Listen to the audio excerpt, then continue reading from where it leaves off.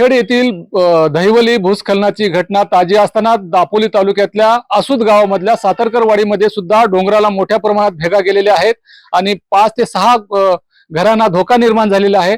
डोंगरामध्ये ठिकठिकाणी भेगा गेलेल्या आहेत आणि त्यामुळे त्यांच्या घरांना सुद्धा आता तडे गेलेले आहेत। अशा पद्धतीने डोंगराला भेगा गेल्यात आणि डोंगर कधीही कोसळू शकतो अशा प्रकारची परिस्थिती या ठिकाणी निर्माण झालेली आहे। त्यामुळे इथली जी मानवी लोकवस्ती आहे त्यांना घरं खाली करण्याचे आदेश प्रशासनाने दिलेले आहेत। त्यामुळे इथल्या नागरिकांच्या जीविताला धोका निर्माण झालेला आहे। परंतु डोंगरामध्ये मोठ्या प्रमाणामध्ये या ठिकाणी जर का भूस्खलन होत असेल तर उपाययोजना सुद्धा करणं तितकंच गरजेचं आहे। परंतु प्रशासन केवळ त्यांना स्थलांतरित व्हायला सांगते आणि त्यांना स्थलांतरित केले जाते, परंतु त्यांच्या जीविताला धोका आहे आणि त्यांच्या घरांना सुद्धा मोठ्या प्रमाणात धोका निर्माण झालेला आहे। वित्त हानी होण्याची शक्यता आहे। त्यामुळे या लोकांना सुरक्षित स्थळी कायमस्वरूपी हलवणं गरजेचं आहे। परंतु प्रशासन आता नेमकी काय भूमिका घेतंय याकडे त्यांचं लक्ष लागलेलं आहे।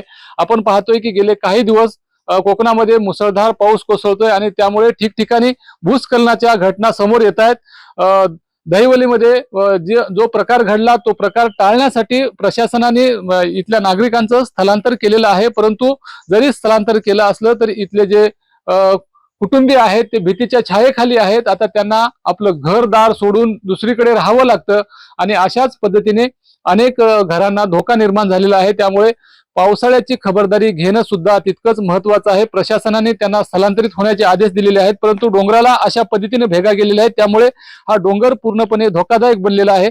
डोंगराच्या भेगा ज्या पद्धतीने वाढलेल्या आहेत त्या पद्धतीने इथे गंभीर भूस्खलनासारखे प्रकार सुद्धा घडू शकतात असा एक मतप्रवाह सुद्धा समोर येतोय। आपण पाहूया की ही जी परिस्थिती आहे अशाच पद्धतीची परिस्थिती डोंगराच्या पायथ्याशी सुद्धा झालेली आहे। डोंगरामध्ये मोठ्या प्रमाणात भेगा गेलेल्या आहेत तर डोंगराच्या रस्त्यालगत जो उताराचा जो भाग आहे त्या ठिकाणी सुद्धा दरड मोठ्या प्रमाणामध्ये कोसळलेली आहे। त्यामुळे हा जो डोंगर आहे तो धोकादायक बनलेला आहे आणि त्यामुळे इथे नागरिकांनी राहू नये अशा प्रकारच्या सूचना सुद्धा आता प्रशासनाने दिल्या आहेत।